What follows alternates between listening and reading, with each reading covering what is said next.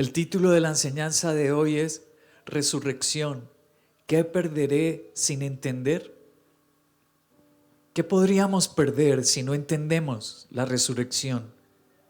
Si no tenemos expectativa, hambre, sed por encontrarnos con el resucitado, el que resucitó.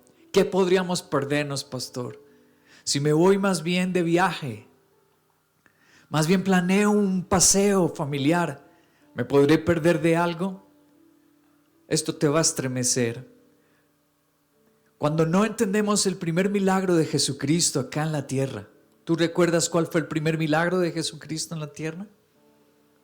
¿El agua en vino? Ese fue el primer milagro. Pero cuando no entendemos dónde fue el milagro y por qué pasó allí, la Biblia tiene un registro excepcional. Dice que tenían unas vasijas, pero no en todas las casas tenían esa clase de vasijas.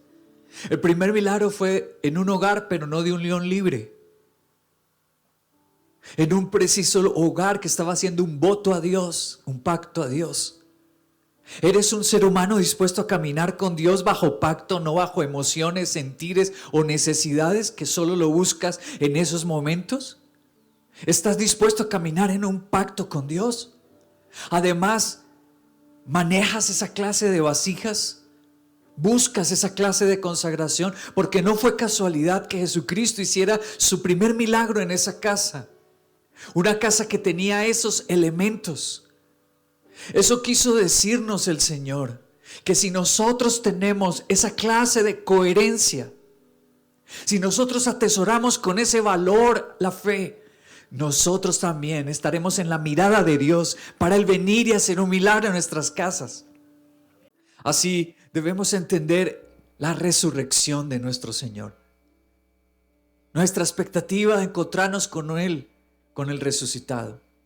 Voy a leer inicialmente dos textos, uno en Romanos 8 y otro en Romanos 10. En el capítulo 8 de Romanos dice: entonces, ¿quién nos condenará? Es una pregunta. Nadie. Porque Cristo Jesús murió por nosotros y resucitó por nosotros.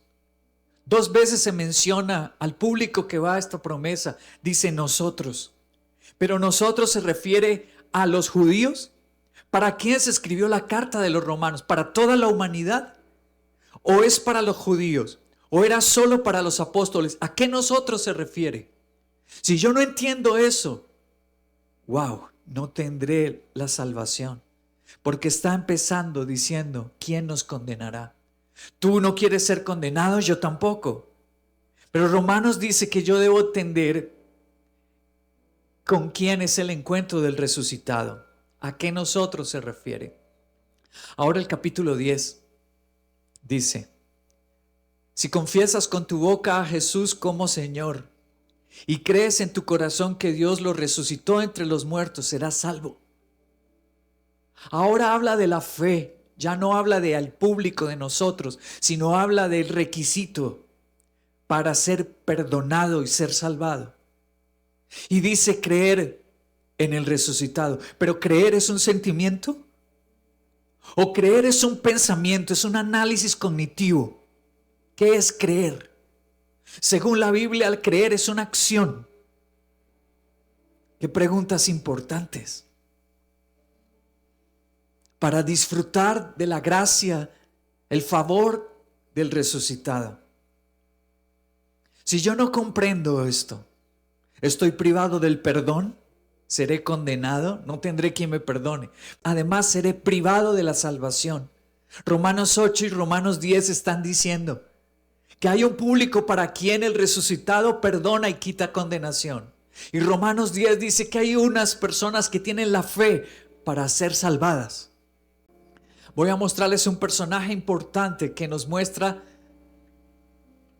lo que nos podríamos perder sin entender la resurrección.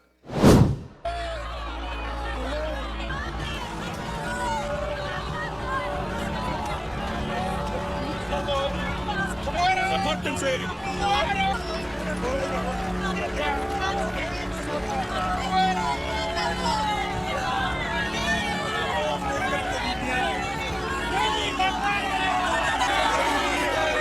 Arrodíllate ante la presencia del emperador.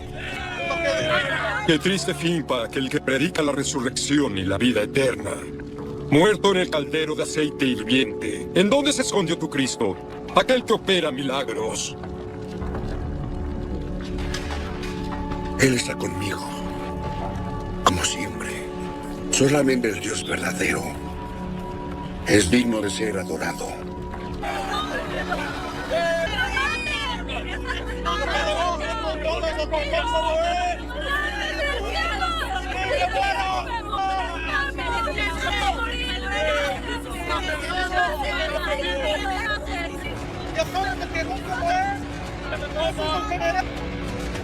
Gracias, Dios.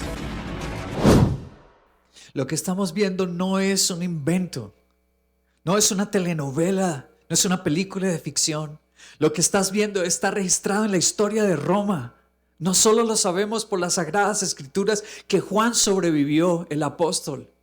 Lo sumergieron en un caldero de aceite hirviendo en medio del Coliseo romano, sino que también la historia, los libros de Roma lo registraron. Uno de los libros, el Martirologio Romano, lo puedes leer. Registra ese momento conmovedor. Un hombre ya anciano y cuyo delito no más era creer en Cristo. Y el emperador se sentía amenazado por los cristianos porque no lo adoraban a él. Y Dios hizo este milagro extraordinario. Le protegió la vida. Voy a hablar de 4 grupos poblacionales. 4 sectores de humanos que pueden perder mucho si no tienen un encuentro con el resucitado. Y Juan es el protagonista del primer grupo. ¿Cuál es ese? Se pierde que los más sufridos escuchemos a Dios y sepamos el porvenir. ¿Quiénes podrían perder? Los más sufridos. No oír a Dios si no se encuentran con el resucitado y no saber qué les vendrá, porque cuando uno está sufriendo, una de sus principales preguntas es: ¿saldré de esta? ¿O cómo poder superarla? Y Jesús vino a este grupo, del cual, repito, Juan es protagonista. Después de esa experiencia con el aceite y que no lo pudieron matar, entonces lo condenaron al exilio. Una isla que Roma la tenía para tortura, trabajos forzosos. Se extraían minerales, piedra para la construcción de Roma. Se llama la isla de Patmos, en el mar Mediterráneo. Y desde allí se escribió esta carta. Apocalipsis capítulo 1, verso 9. Yo, Juan, hermano de ustedes, compañero en el sufrimiento. Mira el grupo, los sufridos. En el reino y en la perseverancia que tenemos en Jesús, estaba en la isla de Patmos por causa de la palabra de Dios y del testimonio de Jesús, el día del Señor. Está en rojo porque estamos leyendo de un día domingo. En la Biblia se le llama al día del Señor al día domingo, día de culto, y se le dice el día del Señor. Vino sobre mí el Espíritu Santo y oí detrás de mí una voz fuerte como de trompeta. El más sufrido, el que lo habían sumergido en aceite y que está recibiendo la voz de Dios. Dios le está hablando y le habla sobre el porvenir. Me volví para ver quién era el de la voz que me hablaba. Al volverme vi 7 candeleros de oro. En medio de los candeleros estaba alguien con aspecto de un hijo de hombre, vestido con una túnica que le llevaba hasta los pies, ceñido con una banda de oro a la altura del pecho. Al verlo caí a sus pies como muerto, pero él, poniendo su mano derecha sobre mí, me dijo: no tengas miedo, yo soy el primero y el último, yo soy el que vive. Estuve muerto, pero ahora vivo por los siglos de los siglos y tengo las llaves de la muerte y de sus dominios. ¡Wow! ¡Qué palabras que le dijo Jesús a un sufrido! Su piel estaba como una uva pasa, lo dicen los historiadores. No murió, pero por supuesto que las quemaduras fueron de lo peor.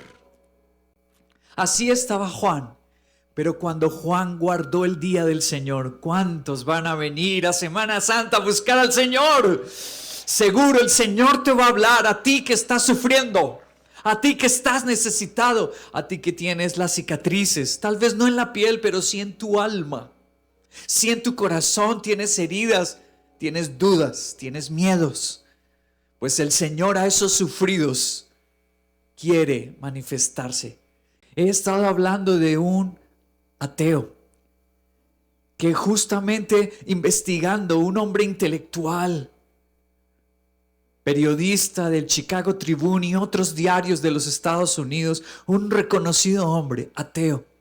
Su esposa empieza a ir a una iglesia y el hombre se desafía y dice: yo voy a demostrar que lo de los cristianos es una historieta, es una fábula, es una mentira y manipulación de los pastores. Y haciendo su investigación de la resurrección, se convirtió a Cristo. De este hombre hemos estado hablando y va a ser el gran protagonista del día domingo de la resurrección en nuestra Semana Santa, Lee Strobel. Les hablé de un libro que se llama El caso de Jesús, pero hoy les traigo otro que también he leído de él. Se llama así: En defensa del cielo. Este es el último que ha escrito, En defensa del cielo. Y la razón por la que Lee Strobel escribe este libro, defendiendo el cielo, defendiendo la vida más allá, es porque él mismo estuvo en una experiencia con la muerte. Lee Strobel hace 3 años murió clínicamente, una enfermedad que tuvo.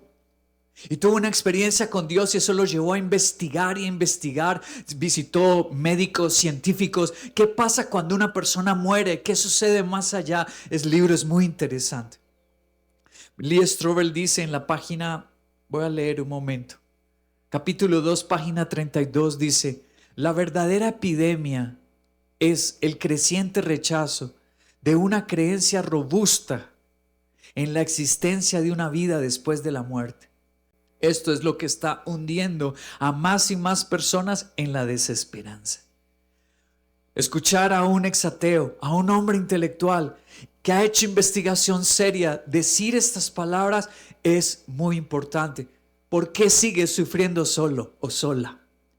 Hechos de los Apóstoles, capítulo 1, dice: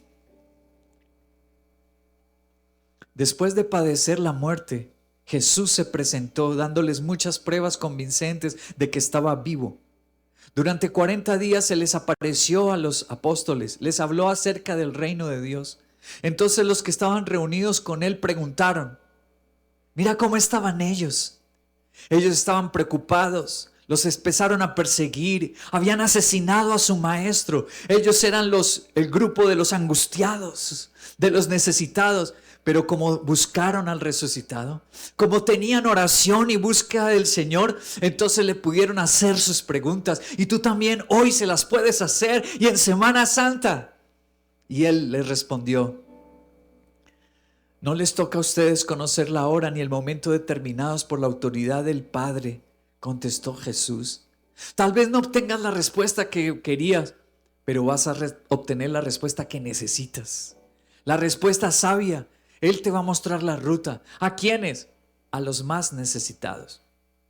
Otro libro que les he hablado de otro ateo famoso, Josh McDowell. Es un bestseller el libro. Ahí lo tienes en la foto. Estuvo aquí en Colombia hace unos años y yo tuve la fortuna, el gusto de estar con él en un hotel y 20 o 18 pastores del país haciéndoles preguntas sobre su último libro que escribió. Él se hizo ateo porque sus padres decían que creían en Dios y le dieron abuso en su vida. Su papá especialmente fue un abusador y eso lo hizo el ateo. Si ese Dios existe y mire, mi papá está con Dios, pues odio a ese Dios, y por su papá se volvió ateo. Fundó el movimiento ateo de su universidad, el primer movimiento ateo universitario en los Estados Unidos lo fundó él, Josh McDowell. Y cuando se graduó de la universidad, siendo ateo y dirigiendo el grupo de los ateos, dijo: mi tesis va a ser desmentir la resurrección. Y se fue para universidades de Europa, estando en Notre Dame, en París, gritó en una biblioteca: ¡es real! ¡Es real! Porque su investigación, leyendo no cristianos, sino leyendo libros seculares, leyendo historia romana, llegó a la conclusión que el cuerpo de Jesús no se lo pudieron haber robado, que Jesús resucitó y se convirtió a Cristo. Josh McDowell. Ahora es una joya ese hombre de defensor del cristianismo. En este gran libro que habla sobre la demostración de la resurrección, voy a leer un comentario que él hace de otro ateo, C.S. Lewis, Clive Stephen Lewis, otro ateo de la Universidad de Cambridge y Oxford que se convirtió a Jesús. En su libro dice: al hablar de las apariciones de Cristo posteriores a la resurrección, dice el exateo y profesor de Cambridge, C.S. Lewis, el primer hecho de la historia del cristianismo lo constituye un número de personas que dicen haber visto la resurrección. Si ellos hubiesen muerto sin hacer creer a nadie más este evangelio, jamás se había escrito un evangelio. ¡Wow! Estamos hablando de un experto en literatura, porque era lo que dictaba en la Universidad de Cambridge, literatura. Y él dice, ¿sabes? Una de las principales pruebas de que Jesús resucitó es que la clase de personas que escribieron el evangelio. El segundo grupo que pudiera perder si no entiende al resucitado, los más dubitativos y cobardes, se privarían de cambiar. Para ellos vino Jesús. Y si no tuvieran un encuentro con el resucitado, ellos perderían. Voy a mostrárselos. Lucas capítulo 24. Dice: aquel mismo día, dos de los discípulos que estuvieron escuchando a Jesús en vida, se dirigían a un pueblo llamado Emaús, a unos 11 kilómetros de Jerusalén, donde habían asesinado a Jesús y crucificado su cuerpo en Jerusalén. ¿Hacia dónde iban ellos? Está en rojo. Emaús. ¿Qué significa eso? Un par de cobardes. Le estaban dando la espalda. Estaban abandonando el cristianismo y la enseñanza del Señor. ¿Por qué? Porque empezó la persecución de los cristianos. Iban camino a Emaús. Iban conversando sobre todo lo que había acontecido. Sucedió que mientras hablaban y discutían, Jesús mismo se acercó y comenzó a caminar con ellos. ¿Qué vienen discutiendo por el camino?, preguntó, y se detuvieron. ¿Cómo? La Biblia lo ratifica: cabizbajos.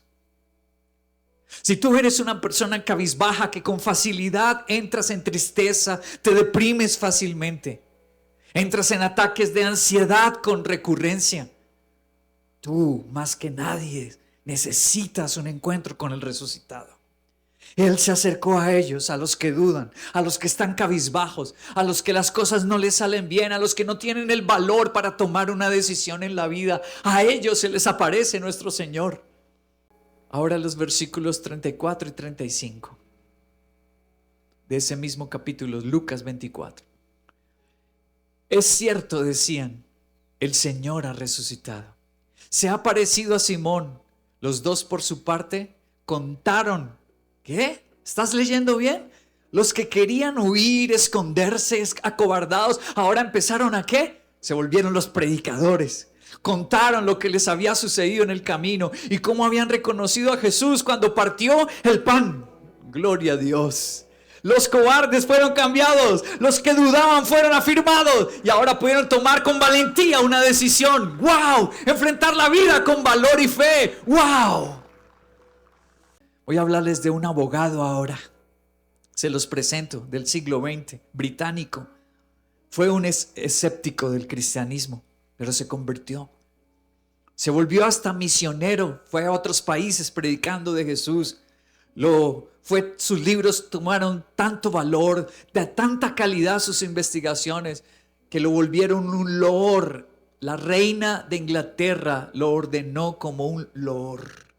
Es un Sir James Norman Dowles Simple Anderson. Y su libro, así lo encuentras en español, Cristianismo, el testigo de la historia. ¿Qué escribió allí el doctor Anderson? Se lo voy a mostrar. Piense en el absurdo psicológico. Él dice que es un absurdo psicológico. Piensa en el absurdo psicológico de describir un pequeño grupo de cobardes. Mira el doctor, este abogado, lo que está diciéndonos. Esos discípulos, como acabamos de leer en Lucas 24, eran unos cobardes, derrotados, ocultos en un aposento alto. Un día y unos pocos días más tarde, transformados en una compañía que persecuciones de ninguna clase podían silenciar.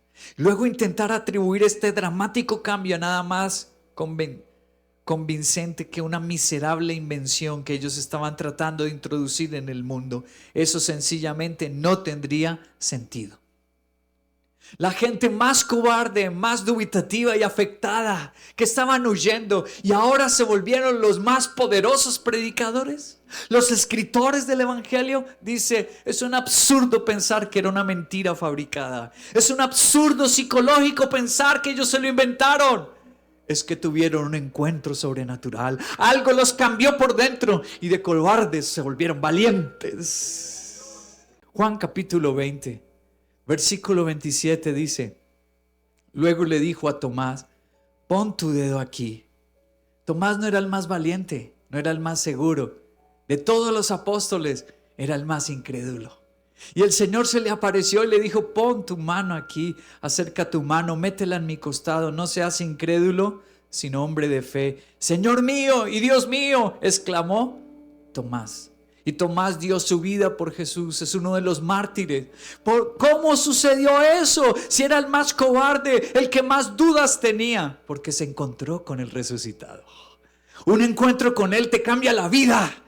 El siguiente grupo, este es protagonista del siguiente grupo.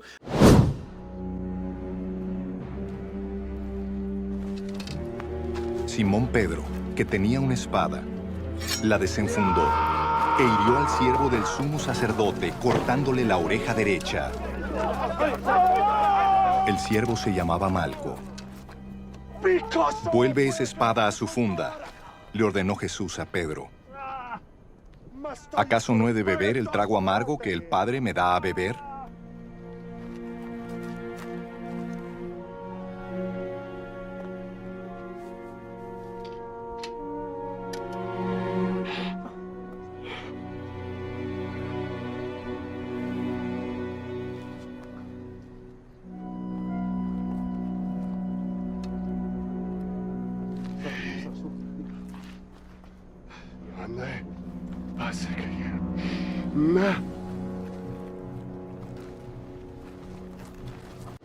Este es el protagonista del siguiente grupo que perdería. Perderían los más violentos y necios, no serían liberados. Luchas con la ira, luchas con la violencia y la necedad. Eres un ser terco y grosero que primero hablas y luego sí piensas. Que no tienes respeto por la autoridad. Siempre pasas vergüenzas y reprensiones porque fallas. Leamos Lucas 24:34. Dice, es cierto, decían, el Señor ha resucitado y se le apareció ¿a quién? Al más violento. Necesitamos al resucitado, porque este Pedro se volvió un intelectual. En la Biblia tenemos 2 cartas que él escribió. ¡Wow! Un hombre que escribió del amor, un hombre que se dejó matar por Jesús en lugar de defenderse. Necesitamos los más violentos y necios, un encuentro con Jesús el resucitado. Hechos capítulo 9 dice, mientras tanto Saulo, respirando aún amenazas de muerte contra los discípulos del Señor, se presentó al sumo sacerdote. Él cayó al suelo y oyó una voz que le decía, Saulo, Saulo, ¿por qué me persigues? ¿Quién eres, Señor?, preguntó. Yo soy Jesús a quien tú persigues. Dice que este hombre era un asesino de cristianos. Era Pablo. Y ahora se volvió en el dulce apóstol que también se dejó quitar la cabeza. Lo degollaron, lo decapitaron los romanos. Los más necios, los más agresivos y violentos. Pero cuando uno se encuentra con Jesús, la amargura la cambia por dulce. La ira la cambia por paz. El odio y el resentimiento lo cambia por perdón y amor. Eso hace el reencuentro con nuestro Señor resucitado. Les presento a este gran teólogo estadounidense del siglo XX, uno de los grandes en la teología, Bernard Ramm. Ya falleció. Un hombre erudito, se estudió, viajó hasta Suiza. Él tiene especializaciones en un montón de universidades. Empezó su universidad en la Universidad de Washington, una de las más costosas en el mundo.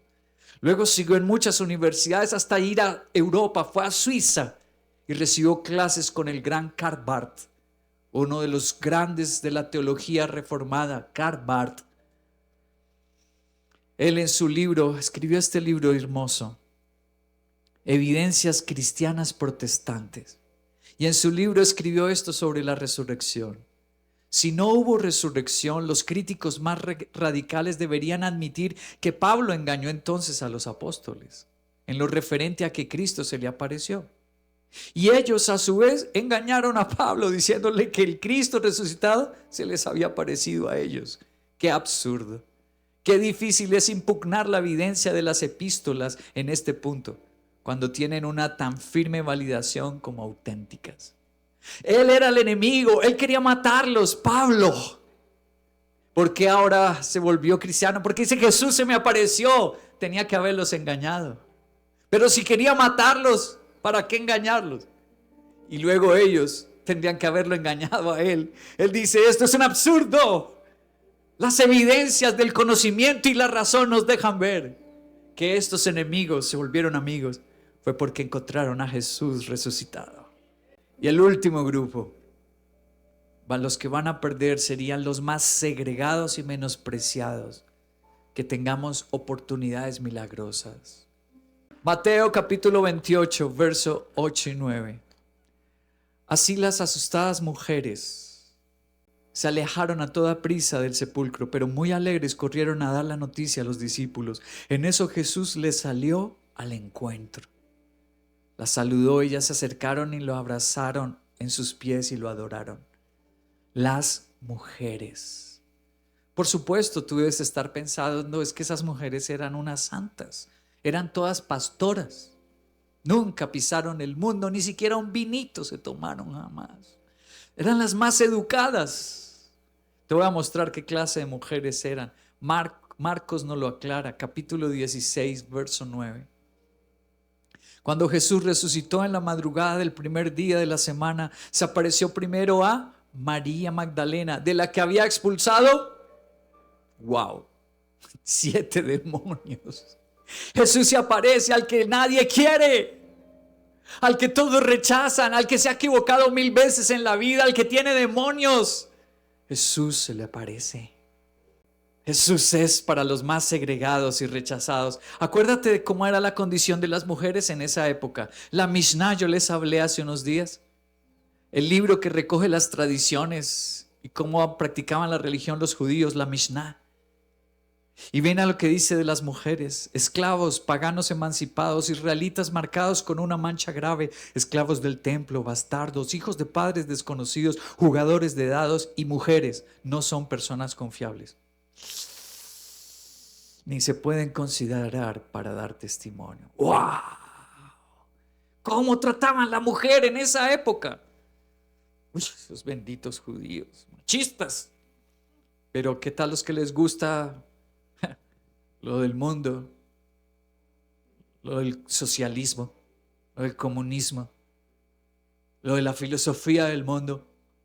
Platón escribió este libro, Fedón. Son las últimas palabras de Sócrates cuando estaba a punto de morir, antes de suicidarse, porque cicuta ingirió. En este libro habla sobre la creencia del más allá, la vida después de la muerte, Sócrates.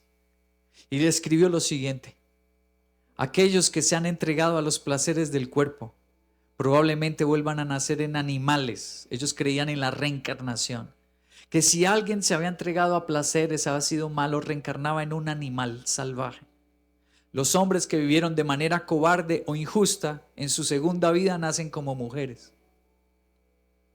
Querido, y a ese grupo que ni los filósofos, ni Sócrates, ni los machistas judíos, nadie quería, Jesús se le apareció. Jesús le dio dignidad. Ellas son las primeras en hablar de la resurrección. El domingo, en la noche con mi esposa, estábamos viendo un noticiero y empezó un documental, CNN, en español. Y casi nos hace llorar el documental. Es un canal secular, no cristiano. Es un canal además de prestigio, que sus investigadores son serios. Y hay uno de los periodistas investigativos que se llama Anderson Cooper. Él estaba dirigiendo el documental, un canal secular, y habló de un cristiano, un joven cristiano del Reino Unido. ¿Quién es? ¿De quién estaban hablando? Nos hace llorar lo que estábamos viendo el domingo en la noche. Y les voy a mostrar un pedazo. Él está aquí con el fundador y director ejecutivo de Justice Defenders, Alexander McLean, un abogado y exmagistrado del Reino Unido. La misión de Justice Defenders es brindar educación legal a hombres y mujeres encarcelados para que puedan ayudar a defenderse a sí mismos y a otros en los tribunales. Como Justice Defenders, estamos con ustedes en amor y solidaridad porque la ley es para ustedes. Si lo hubiera sabido antes, me habría ido a casa. De hecho, ni siquiera me habrían condenado. Con la capacitación y la asistencia de Justice Defenders, pudo defender su propio caso en la corte. Después de 13 años en prisión, Maurice Cabaría fue exonerado por un juez. Me entregaron una copia de la sentencia, no miré nada más. Fui directo a la última frase para confirmar que me habían liberado. Y ese día, Addison, realmente lloré. Fue tan emotivo. Había estado en prisión durante 13 años. Nunca había visto a mis hijos en esos 13 años. ¿No habías visto a tus hijos nunca en 13 años? Durante 13 años y nunca los vi. Esa es la única luz. Es la única en eso. Es poco. Así que estaba oscuro. Maurice Cabaría estudió para su título en Derecho en una celda superpoblada con una sola bombilla tenue. Él cree que si Justice Defenders puede funcionar en Kenia, pueden encontrar una manera de hacer que funcione en los CNU.